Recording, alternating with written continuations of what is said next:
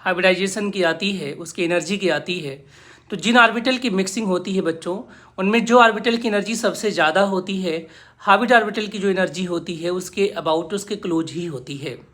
जब आपसे कहा जाए कि हाइब्रिडेशन की जो एनर्जी है उसे निकालिए, तो जितने भी ऑर्बिटल मिक्स हो रहे होते हैं उनमें जो सबसे लोअर एनर्जी का ऑर्बिटल होता है उसकी एनर्जी, और जो हाइब्रिड ऑर्बिटल होता है उसका एनर्जी लेवल का जो गैप होता है उसको बोलते हैं हाइब्रिडाइजेशन एनर्जी।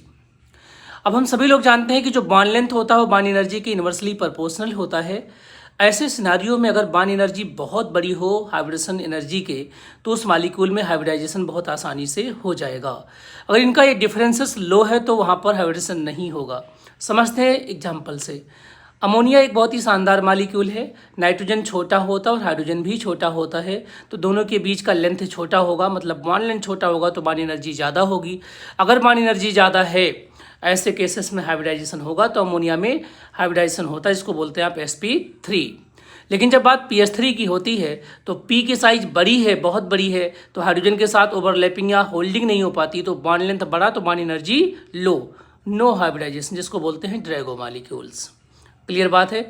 यही सेम एग्जांपल आप जब आप sp3d पढ़ेंगे तो वहाँ पे 3 ऑर्बिटल हैं s, p और d टाइप के, तो जो हाइब्रिड ऑर्बिटल होगा d की ओर जाएगा, तो जो गैप होगा s और d के बीच में वही आपका सही आंसर होगा हाइब्रिडाइजेशन एनर्जी का।